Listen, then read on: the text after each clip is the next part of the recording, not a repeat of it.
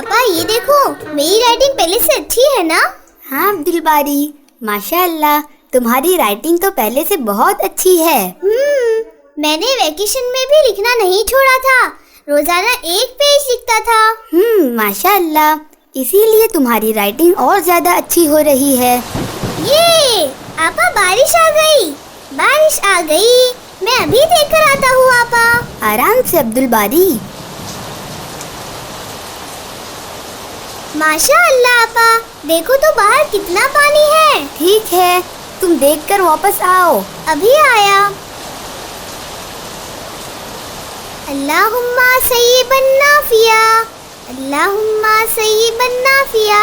ए अल्लाह, इस बारिश को फायदेमंद बना दे। सुभान अल्लाह अब्दुल बारी, तुम्हें तो दुआ के साथ साथ इसके मायने भी याद है। जी आपा, इस दुआ को आप ही ने मुझे सिखाए थे और मायने भी बताए थे।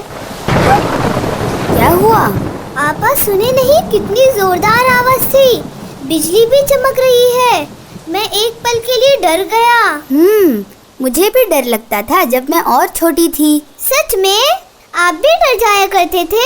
हाँ, लेकिन अब नहीं। अब जब भी बिजली कड़कती और बादल गरजते हैं तो मैं दुआ पढ़ लेती हूँ। कौन सी दुआ है आपा? अल्लाहुम्मा ला तक़्तुलना बिग़ज़बिका वला तुहलिकना बिअज़ाबिका व आफ़िना क़ब्ल ज़ालिक। अल्लाहुम्मा ला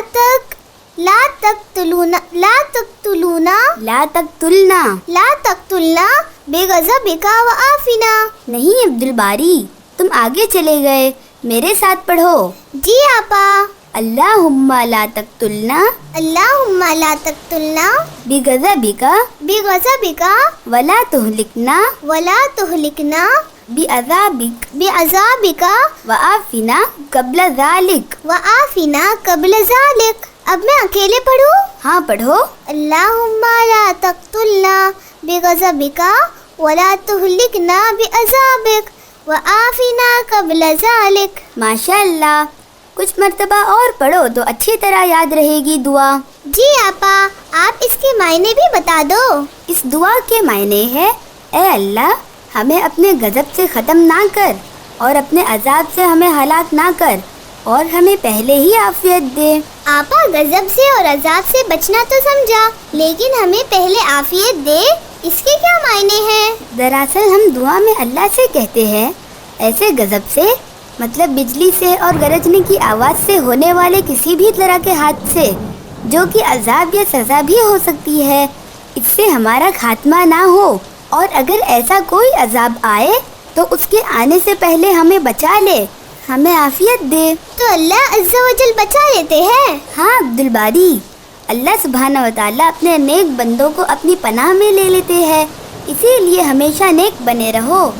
आपा, हमें बुराई से दूर रहना चाहिए और हमेशा भलाई और नेकी के काम करना चाहिए। एक और दुआ है अब्दुल बारी। वो कौन सी दुआ है आपा? सुब्हानल्लज़ी युसब्बिहुर्रादु बिहम्दिही वल मलाइकतु मिन खीफतिह।